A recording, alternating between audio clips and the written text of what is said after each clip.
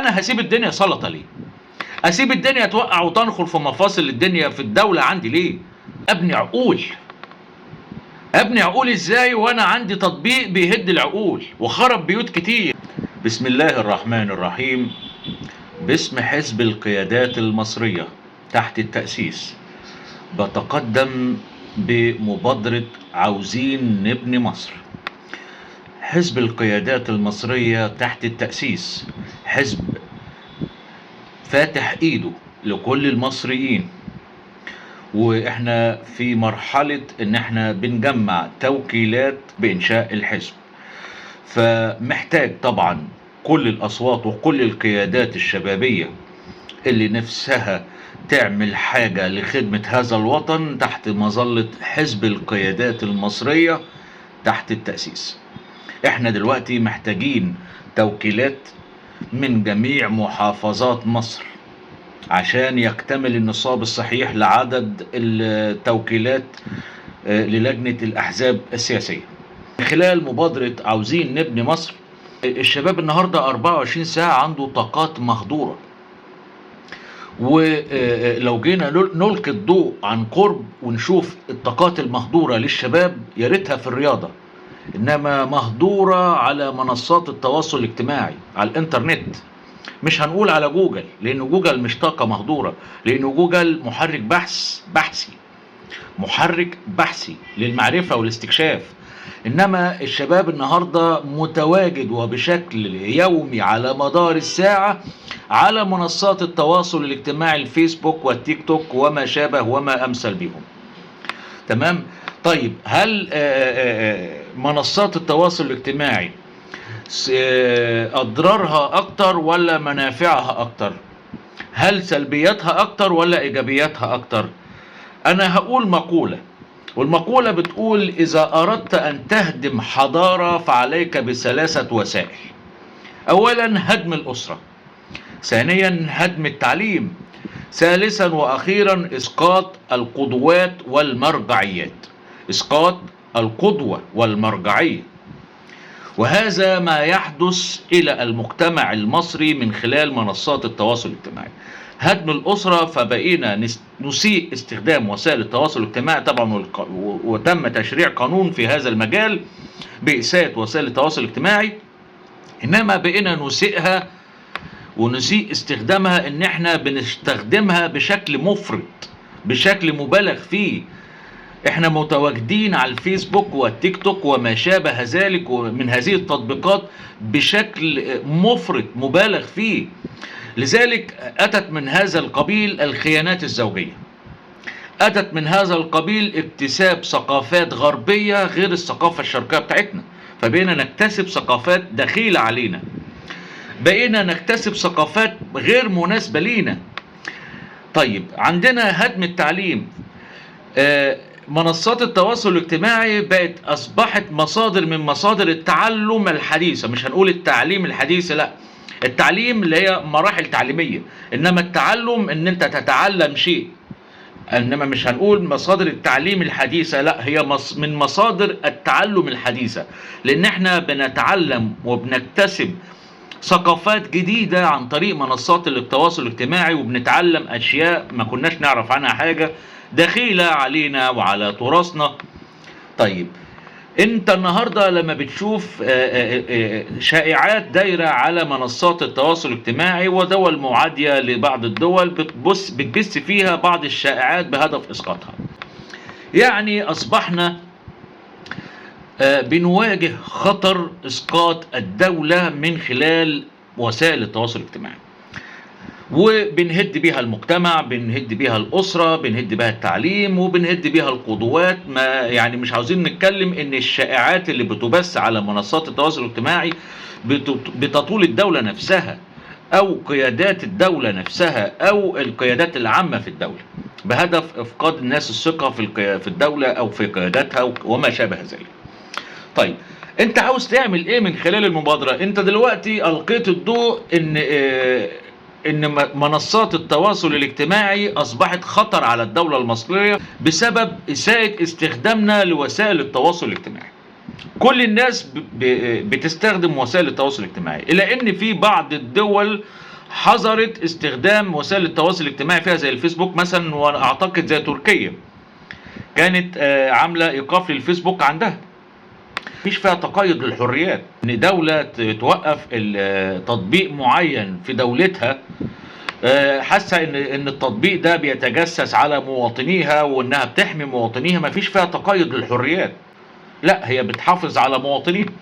انا كدولة لما الاقي المجتمع المصري بتاعي بيسيء استخدام تطبيقات معينة واضراره اكتر من نفعه وبينخر في مفاصل الدولة المصرية، يبقى هنا انا لازم اقنن استخدام التواصل الاجتماعي.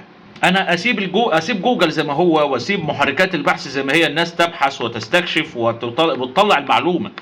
انما انا ليه سايب منصات التواصل الاجتماعي اوبن بوفيه كده مفتوحه، الناس ابيت عليها ليل ونهار، واللي طالع يشحت واللي طالع يرقص واللي طالع يقدم مستوى هزيل واللي طالع يسيء للشعب المصري واللي بيصدر ثقافات لينا واللي قاعد من بره بيبث اخبار كاذبه. ليه انا ما قننهاش؟ ليه انا ما منعهاش اصلا وانزل تطبيق بديل للفيسبوك عندي في جمهورية مصر العربية تحت اشراف الدولة المصرية، ويكون في رقابة من الدولة، ويكون بعيد عن الدول التانية اللي هي معها بياناتنا وبتقيس افكارنا وبتقيس ثقافتنا، وبعض الشخصيات الهامة والمعروفة السياسية بتقيس مثلا افكارهم وميولهم وبتدرس معتقداتهم وبتقدم المعلومات دي لمن يدفع الثمن. وكلنا عارفين الكلام ده، وكل الناس اللي هي في مجال مكافحة جرائم الانترنت عارفة الكلام ده.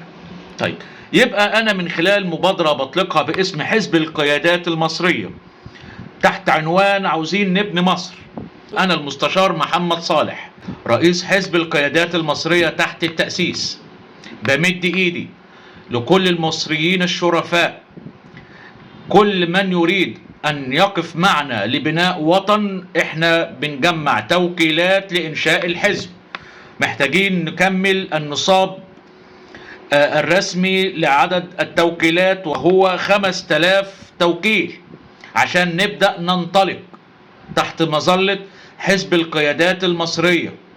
بطالب وبقدم للحكومة المصرية مقترح إلغاء منصات التواصل الاجتماعي في مصر، وليس تقنينها كمان، لأن صعب تقنينها إن أنا أشغلها ساعة أو ساعتين على مدار اليوم. أنا مش بتكلم على الواتساب أو الماسنجر أو بتكلم على التطبيقات اللي الناس بتكلم بعض عليها، أنا بتكلم على التطبيقات اللي هي السوشيال ميديا اللي الناس بتكتسب ثقافات منها بتهد في تراثنا وبتغير ثقافتنا وبتغير معتقداتنا وبتبث فيها إشاعات وأكاذيب ليلا ونهارا. هو ده المقصود، التطبيقات اللي بيبث من خلالها الإشاعات ومضيعة وقت الشباب كمان. ما هو انت هنا ايه الفكرة من المبادرة؟ ان انا عاوز احافظ على شبابنا، عاوز احافظ على المجتمع، عاوز احافظ على الشباب بتاعنا والمجتمع المصري من طاقات مهدورة لا تسمن ولا تغني من جوع. انت النهاردة لما الشباب بيضيع وقته على الفيسبوك والتيك توك ومنصات التواصل الاجتماعي، في ناس بتقدم محتوى مفيد فعلا وبيكتسب منها فلوس وبيجي لها منها فلوس، وفي ناس قاعدة بتتفرج ما بتقدمش حاجة، وفي ناس قاعدة بتقدم محتوى هايف وتافه. تمام؟ طب أنا كدولة من حق أشوف الأصلح لمواطنية، ومن حق أشوف الأولى والأصح لمواطنيني، والأصح للمواطنين بتوعي إن أنا أدفع عنهم خطر إشاعات تضييع وقت. البديل لتطبيقات التواصل الاجتماعي ان انا احفز عند الناس الابحاث العلمية، الدراسات البحثية، واعمل مكافأة واخلي الشعب بتاعي بيدور على الدراسات البحثية ومهتم بالدراسات البحثية. اعمل لهم الاول دورات مجانية ازاي يعمل دراسة بحثية ويفهم ازاي يعمل دراسة بحثية. بعد ما يبدأ يعمل دراسة بحثية ارصد له مكافأة، كل واحد هيعمل سواء كان طالب في المدرسة، والكلام ده كان موجود في المدارس والكليات اللي هي الدراسات البحثية، بس مين في المدرسة او مين في الجامعة بيناقش الدراسات البحثية؟ مفيش حد بيناقش الدراسات البحثية دي. احنا عاوزين نفعل دورها، انها تتناقش. لما الطالب المدرسة تطلب منه يروح يعمل دراسة بحثية او بحث، ويروح على اي سنتر او عنده في البيت وياخده من على جوجل ويعمله بشكل مذكرة او بحث ويروح يقدمه للمدرسة عشان ياخد مجموع عليه، هل في حد ناقشه؟ هل في حد يعني اتكلم معاه في البحث بتاعه؟ مفيش حد. فانا عاوز احفز عند الشباب الدراسات البحثية، انها يبقى دورها فعال في المدارس والجمعيات ويتم مناقشتها.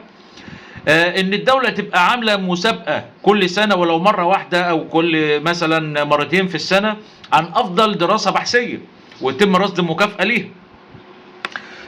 تعالى بعد كده احنا محتاجين تطبيق بديل للفيسبوك والتيك توك والتطبيقات الخاصة بالسوشيال ميديا.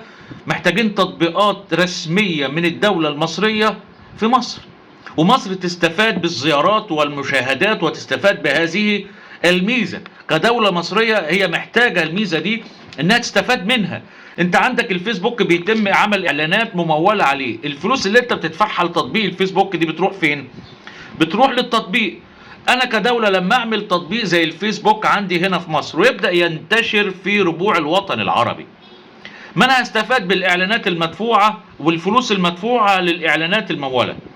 يعني انا هستفاد بالفلوس المدفوعة للاعلانات الممولة على التطبيق بتاعي، هستفاد من الزيارات ونسبة المشاهدات على التطبيق بتاعي وتواجد الناس عليه. تمام؟ يبقى كلها افادة ودخل قومي للدولة، وفي نفس الوقت بحافظ على سرية البيانات بتاعت المواطنين بتوعي، وفي نفس الوقت في اشراف من الدولة على المحتوى، ما يكونش فيه اي محتوى مضلل او بذيء او جنسي او ما شابه ذلك، وارصد مكافآت للناس واحط ميزة مش موجودة في تطبيق الفيسبوك لصاحب محتوى هادف، ارصد له مكافأة غير الزيارات بتاعته. لا، يبقى الدولة بتشجع الناس انها تعمل محتوى هادف او محتوى خاص بدراسات بحثية. يبقى الشاهد من الكلام، انا بطالب الدولة المصرية باسم حزب القيادات المصرية بمبادرة عاوزين نبني مصر، ان احنا نركز على الطاقة المهدورة عند الناس وخاصة الشباب لتقييد وايقاف تطبيق الفيسبوك والتيك توك في مصر، واطلاق تطبيقات جديدة تحت اشراف الدولة المصرية، وتحفيز الدراسات البحثية ورصد مكافآت مالية لاصحاب افضل دراسات بحثية. تاني حاجة محتاجين ان احنا طبعا هيكون في رقابة على التطبيقات البديلة للفيسبوك من الدولة، مش هيبقى في دخلاء من بره ويقعد يبث ويروج اشاعات. ده تحت، انت هنا بتتكلم في تطبيق تحت اشراف الدولة، يعني مش هيعرف يبث اشاعات. تاني حاجة عشان يفتح حساب لازم البطاقة الشخصية بتاعته، فانا عارف بياناته وزيتنا في دقيقنا ومع حكومتنا ومع دولتنا، فلما يسيء او يخطئ اعرف اجيبه واحاسبه. حب يشترك من خارج مصر، يبقى وقت ما يغلط اعرف استبعده. مش هخاطب تطبيق الفيسبوك يا يوافق يا ما يوافقش، انا حاجة مملكهاش، حاجة مش تحت ايدي، فيبقى في كنترول شوية. فاحنا عاوزين نحافظ على شبابنا، عاوزين نحافظ على مجتمعنا، عاوزين نحافظ على الأسرة المصرية والمجتمع المصري، ونحافظ على التعليم، لان احنا بنكتسب من هذه التطبيقات افكار بتهد تعاليمنا وبتهد ثقافتنا وبتهد معتقداتنا. شكرا لحضراتكم والى اللقاء. تحيا مصر.